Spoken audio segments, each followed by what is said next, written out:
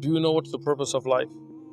If you look at the purpose as presented by different isms, where it's either just do whatever you want or there is no purpose, then think about it.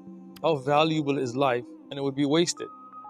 But let me tell you about something, that there is a creator. One creator, the same creator that sent the message to Moses, to Abraham, to Jesus, to Muhammad, peace be upon all of them. And he sent that one message to worship none but the one God, to live a good life, don't kill, don't steal, don't harm others, follow the Prophet of that time. Imagine how great your life would be living by that. You would be the best version of yourself. And let me prove to you that it's a true message.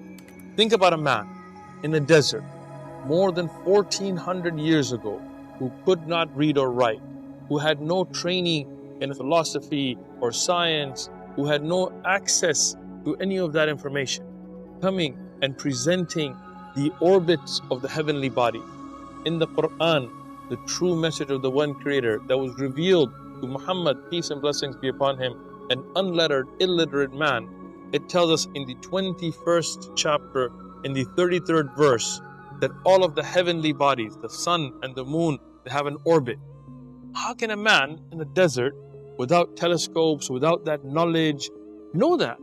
You cannot observe the orbit of the sun. The orbit is not the sun going across the sky in the day. That is the turning of the earth. The orbit of the sun is the sun's orbiting, which is something that is impossible to observe with the human eye. I want you to get a Quran. Look up this chapter, 21, verse 33, and you will see that there is a fact in there that a man named Muhammad in the desert could not have known. Peace and blessings be upon him. So how did he know it? Well, you could say he guessed at it.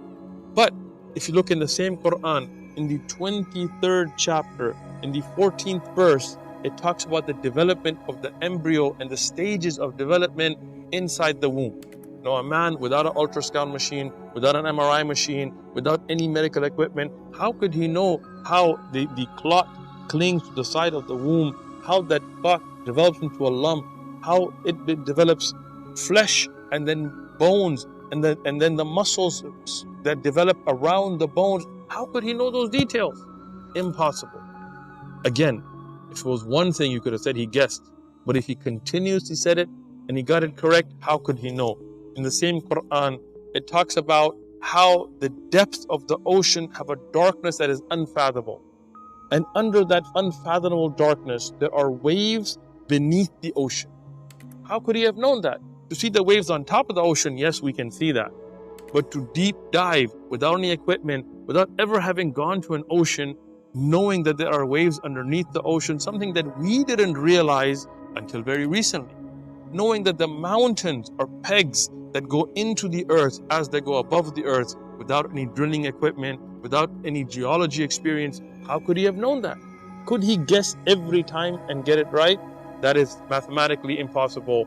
In the Quran, in the 30th chapter, in the same book, he predicts something that is historically correct about the defeat of the Byzantine Romans at the hands of the Persians, and how long it will take 3 to 9 years for them to make a comeback and defeat the Persians. How would he have known that? At the time of the defeat, when these verses were revealed to him by the creator of mankind, it was impossible to predict something that everybody thought was never going to happen. The Romans had lost Constantinople, they had lost Jerusalem, they had lost Damascus, they were defeated. And the Quran said that they will make a comeback, a prophecy that came true. That same prophet had miracles that were observed by millions of people around the world. Miracles that we can show till today.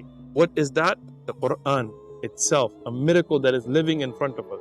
A book that is memorized by people across the world who don't even speak the language, that is preserved word by word, letter by letter.